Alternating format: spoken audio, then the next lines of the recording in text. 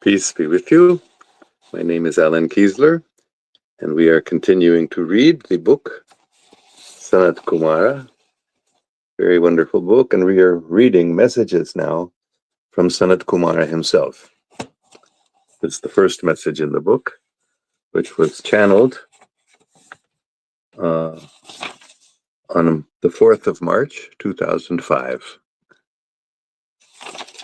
I'm going to reread the last couple of sentences that we ended with yesterday because it makes the sense. It's what the first paragraph we're reading about now requires in order to understand what the context is. If a cancerous tumor makes its home in a human body, a healthy organism starts to free itself of bad cells. Exactly the same principle works in this universe. If any human civilization concentrates only on the satisfying of personal interests and thinks only about enjoying this world, such a civilization is to be annihilated, just as a cancerous tumor can be removed by a surgeon. Any resistance is useless in this case. Everything not capable of assimilating new consciousness, the principles of the common weal, goodness, cooperation, and God's guidance, will be wiped off the face of the earth, just as the recent earthquake and tsunami killed several hundreds of thousands of people in a few hours. So this is the early part of 2005 when this message was channeled. So this earthquake was, I think it was December 26th, 2004, when a huge tsunami killed hundreds of thousands of people in Indonesia and India, especially.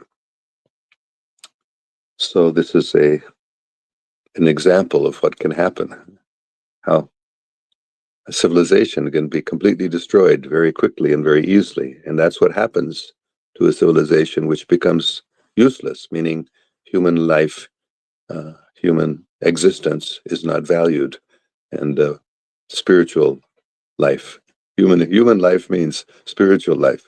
That's the human purpose of human life, is for making spiritual advancement. So we have to keep this in mind. Our present civilization and the whole world, especially in the West, is so materialistic that it will be destroyed if we don't change course. So I will keep reading. Sanat Kumara. Any resistance is useless in this case. Everything, I'm rereading this last paragraph. Everything not capable of assimilating new consciousness, the principles of the common weal, goodness, cooperation, and God's guidance, will be wiped off the face of the earth, just as the recent earthquake and tsunami killed several hundreds of thousands of people in a few hours. Stop focusing only on getting pleasure in this world. There are much greater pleasures available to those who open their hearts and minds to the vibrations of the higher planes. There are no things necessary for you outside of yourself. All divine knowledge and perfection is inside of you. Seek this treasure in your hearts. Seek the entrance to countless riches inside of you. But you will have to pay for this entrance, and the price for that is your ego. You have to leave your temporal part to get rid of all the accumulations of your electronic belt that are tying you down to Earth and the lower plane of this planet like ropes.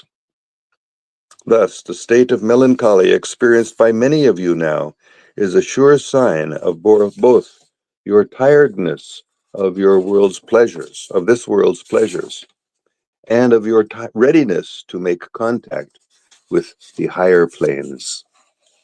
All you need is simply to make a choice and to step into boundlessness, having given up yesterday's festive tinsel. You should take a step towards the reality, one step, then a second step, then a second one, and continue moving without a stop towards the very true being, which is your authentic essence. There is nothing outside of you that keeps you from moving towards the higher reality. It is you and only you who prevents yourself from doing so. Can't you cope with your own double wandering in this unreal world for thousands and thousands of embodiments? You have no other plan. You must either take a step towards the everlasting reality or be no more as individuals.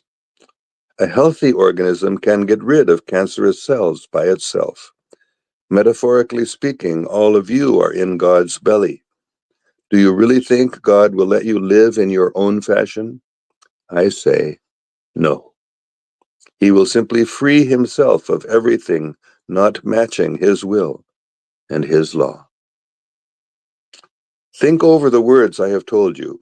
I am looking forward to meeting you in the future through this messenger or through any other person who prepares his temple to let me be his guest.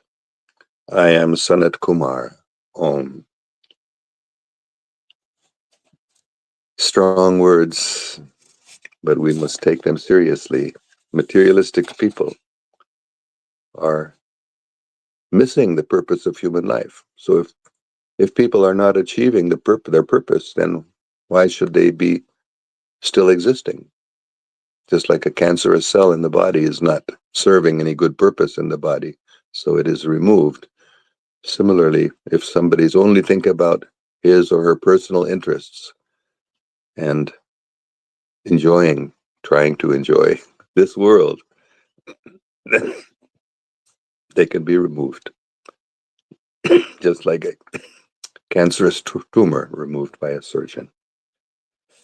So we will continue reading Sanat Kumara, God willing, and I hope we will all take this very seriously and turn with our full effort and consciousness towards spirit, towards the truth, and not be absorbed only in the temporary world around us and trying to enjoy this temporary and actually illusory world. Turn to the truth. Okay, thank you very much. May God protect us all.